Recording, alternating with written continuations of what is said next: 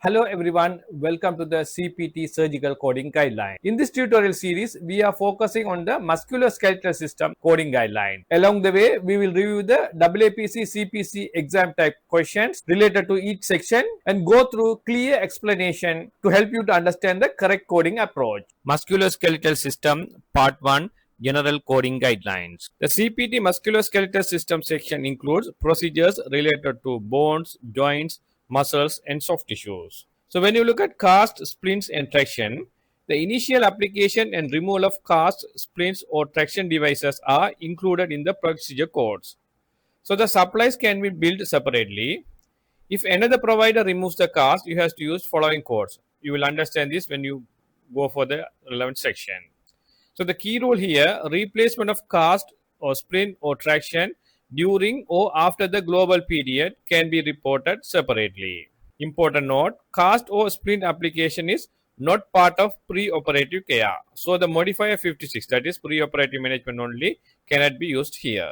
When you look at grafts and tissue harvesting, code for bone grafts, cartilage, tendon, and fascia lata used only if graft is taken through a separate incision. For example, if a surgeon performs a fracture repair and takes a bone graft from a different site, you have to report graft code separately. Let's come to the first part, fracture and dislocation treatment. So the treatment is classified based on the type of treatment. For example, closed, percutaneous, or open, and the type of stabilization, fixation, or immobilization. So here the key concept is coding depends on type of treatment, not the fracture type. Importantly, a closed fracture can require an open treatment. Let's see some definitions of treatment types. 1. Manipulation. Reduction of fracture or dislocation using manual force or traction to align bones properly. So here the key points are no surgery involved, done externally by physician.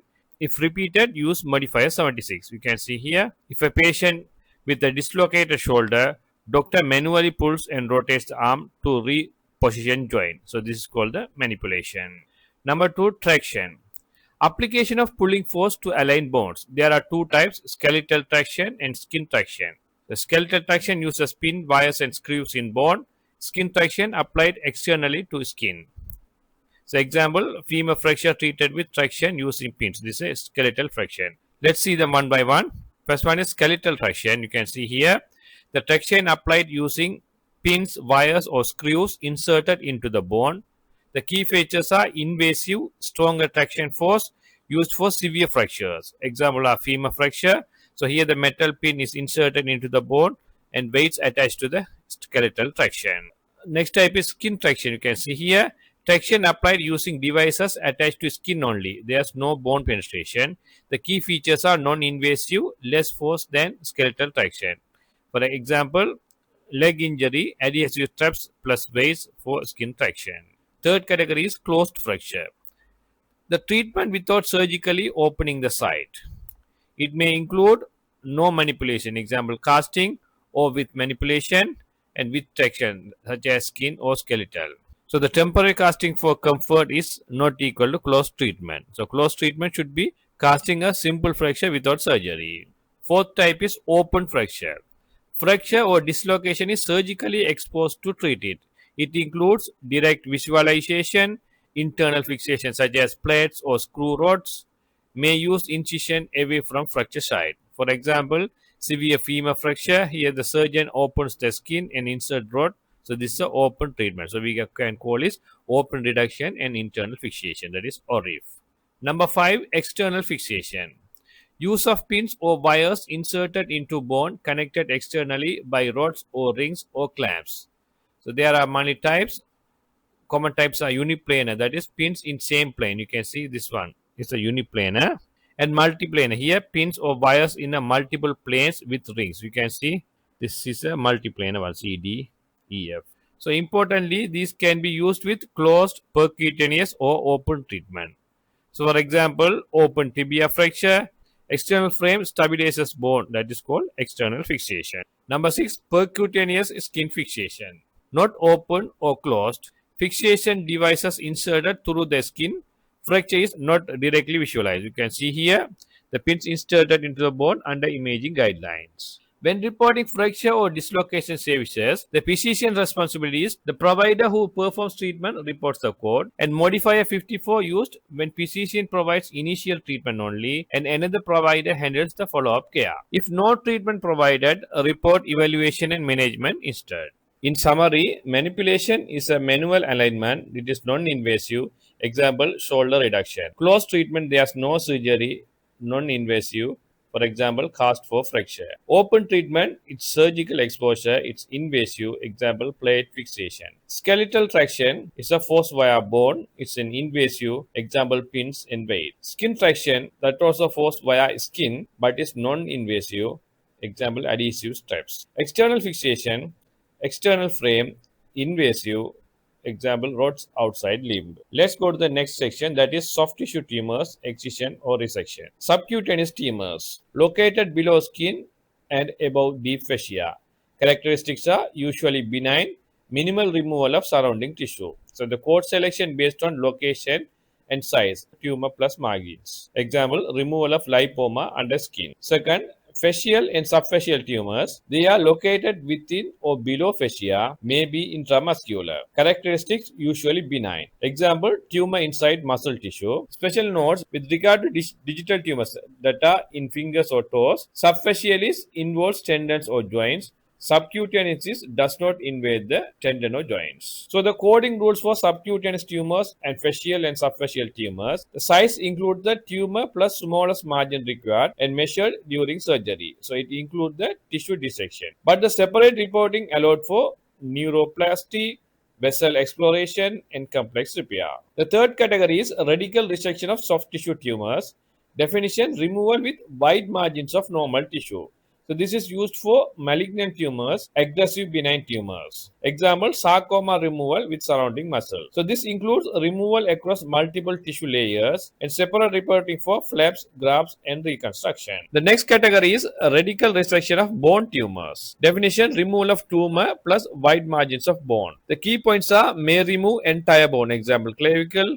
So used for malignant tumors and aggressive benign tumors. For example, osteosarcoma requiring bone removal. So the coding rules for the bone tumors based only on location, not based on size, and benign versus malignant. So importantly, do not separately code soft tissue removal if included. Let's see some AAPC CPC type exam questions. Question number 1. A physician performs a close treatment of a femoral shaft fracture. During the procedure, he inserts a metal pin through the bone to apply skeletal traction for alignment. According to CPT guidelines, how is the skeletal traction reported? A. It is reported separately using a traction code. B. It is included in the musculoskeletal service and not reported separately. C. It requires Modifier 51 for multiple procedures. D. It only report if it is first traction device applied. Think the answer. The correct answer is B. It is included in the musculoskeletal service and not reported separately. All services in the musculoskeletal system section includes the application of the first traction device. Close treatment of the fracture may specifically include skeletal traction as part of the procedure. Question number 2. Which of the following best describes manipulation in the context of fracture treatment? A. The surgical exposure of a bone to the external environment. B. The application of force to a limb using strapping applied only to the skin. C. Reduction by manually applied forces to achieve satisfactory alignment. D. The use of imaging guidelines to place pins across the fracture site. Think the answer. The correct answer is C. Reduction by manually applied forces to achieve satisfactory alignment. Manipulation is defined as a reduction by application of manually applied forces or traction to achieve satisfactory alignment if the fracture or dislocation. Question number 3. If a physician provides an initial fracture treatment but will not be providing the subsequent follow-up care, which modifier should be appended to the treatment code? There are 4 answers available. Take your CPT code book and find the answer. The correct answer is B, Modifier 54. Modifier 54 is surgical care only. When one physician or other qualified healthcare professional performs a surgical procedure and another provider pre-operative and or post-operative management surgical services may be identified by adding Modifier 54 to the usual procedure number. Question number 4. When reporting the excision of a subcutaneous soft tissue tumor, how is the code selection determined? A. Based solely on anatomical ressection. B. By measuring the greatest diameter of the tumor plus the narrowest margin required for the excision. C. By the depth of the tumor reaching the bone. D. Based on whether the tumor is benign or malignant. Think the answer. The correct answer is B. By measuring the greatest diameter of the tumor plus the narrowest margin required for the excision. So the code selection is based on the location and size. Size is determined by measuring the greatest diameter of the tumor plus the narrowest margin required for the complete excision. Question number 5. Percutaneous skeletal fixation is defined as a procedure where A. Fracture fragments are visualized through the traumatic wound. B. The treatment site is not surgically opened, but fixation is placed across the site, typically with imaging. C. Only a cast or split is applied without manipulation. D. Force is applied to the spine using a clamp attached to the bone. Think the answer. The correct answer is B. The treatment is neither open or closed. The fragments are not visualized by fixation like pin or screws. It's placed across the site, typically under imaging guidance. Question number 6. If a physician performs a re-reduction of a dislocation because the initial alignment was not maintained, which modifier is appropriate? So there are 4 answers available.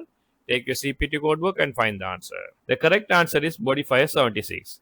The modifier 76 says repeat procedure or service by the same physician or other qualified healthcare professional. It may be necessary to indicate that the procedure or service was repeated by the same physician or other qualified healthcare professional subsequent to the original procedure or service. This circumstance may be reported by adding modifier 76 to the repeated procedure or service. Note, this modifier should not be appended to an EM service. A bonus question. Which of the following is included in the excision of a fascial or subfascial soft tissue tumor? A. Complex repair of the skin. B. Appreciable vessel exploration. C. Dissection or elevation of soft tissue planes to permit resection. D. A radical resection of the underlying bone. Think the answer and leave the answer in the comment section. If you need the answer and explanation for this question, please check the pinned comment. If you have any questions, please feel free to leave them in the comment section. You can also contact me through my WhatsApp number and the email provided in the description. Please subscribe my channel and check out my other playlists to keep your studies on track. Thank you.